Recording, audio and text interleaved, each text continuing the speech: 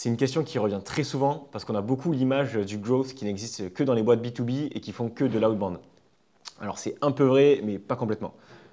En fait, historiquement, le growth s'est vraiment démocratisé avec l'émergence des métiers comme celui de l'outbound, donc faire de la prospection automatisée.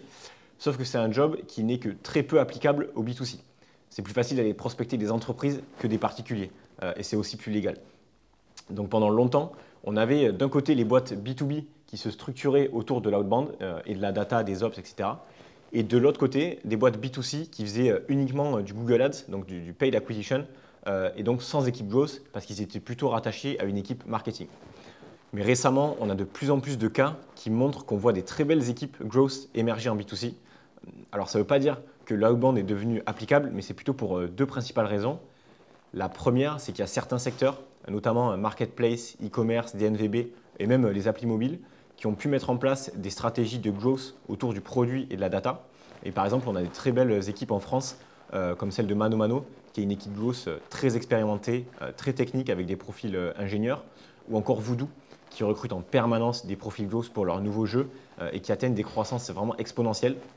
Et on a la même chose pour Mojo, qui est une app mobile qui n'est pas encore une licorne, mais qui a un peu cette même croissance. Et ensuite, en deux, c'est que l'inbound a vraiment explosé ces dernières années. La production de contenu, c'est vraiment devenu une des priorités pour la croissance, là où avant, on privilégiait des techniques qui avaient un ROI, donc retour sur investissement immédiat et prouvé. Et là, pour le coup, B2B ou B2C, tout le monde s'y est mis en voyant le potentiel d'une stratégie SEO, en voyant l'importance de la marque quand on vend ou encore la puissance d'une communauté autour d'un produit ou d'une solution. Par exemple, aujourd'hui, on pourrait comparer Cobra et Join, qui sont pourtant l'un en B2B et l'autre en B2C, et sur des secteurs complètement différents. Juste parce qu'ils sont en train de structurer des équipes similaires avec SEO, brand, acquisition payante.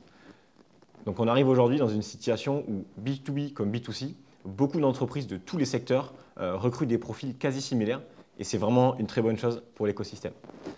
J'espère que ça t'a aidé à y voir plus clair et j'espère aussi avoir un peu cassé ce mythe-là du growth égale B2B parce qu'on a vu que ce n'est pas forcément vrai. Allez, à bientôt.